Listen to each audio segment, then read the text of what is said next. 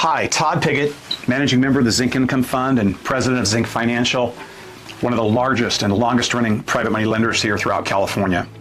I get a lot of questions from media and conferences and a variety of others.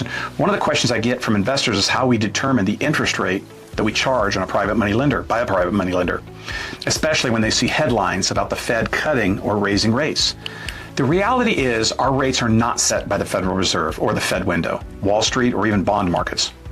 They're set by fundamentals, specifically risk, demand, and execution. At ZINC, every loan rate starts with the asset itself. We look at the property type, the neighborhood, comparable sales, and the exit strategy. A clean, entry-level, single-family home in a high-demand area with strong resale comps is fundamentally a lower risk than speculative or fringe assets, and our pricing reflects that. The second factor is borrower quality. We are a private money lender. We're not a hard money lender or a subprime lender. We do look at credit. We are very credit driven. Our average FICO is 710. We review the credit score, experience, and liquidity and track record in the background of our borrower. We do a full background check. A seasoned borrower with multiple successful exits and a strong FICO score and real capital at risk alongside of us will price better than a first-time or highly leveraged borrower. Our goal is not to extract the highest possible rate. It's to structure loans that perform consistently. Slightly lower rates paired with stronger borrowers produce better outcome for our investors and our fund over time. Loan structure is also another key component.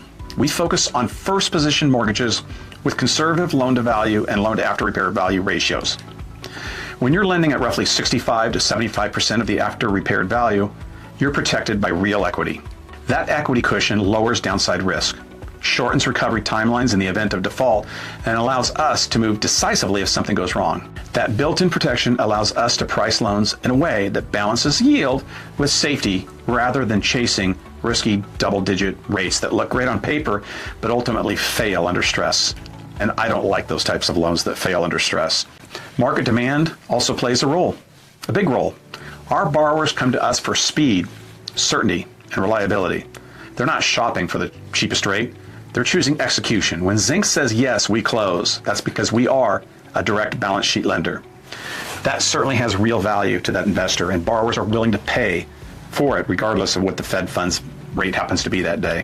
Because we operate inside a defined community, we know intimately, and because we control origination, servicing, asset management, and even construction, we don't need to pad rates to compensate for unknowns.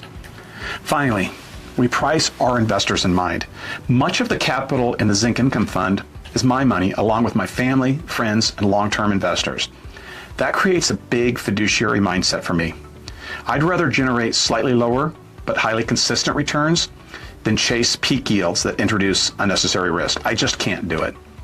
Over the long term, disciplined pricing, strong underwriting, and controlled execution are what protect principal and produce steady income. That's how we determine our rates at ZINC and why our approach has held up across multiple market cycles. Thank you for watching. Todd Piggott, Managing Member, ZINC Income Fund, President, ZINC Financial.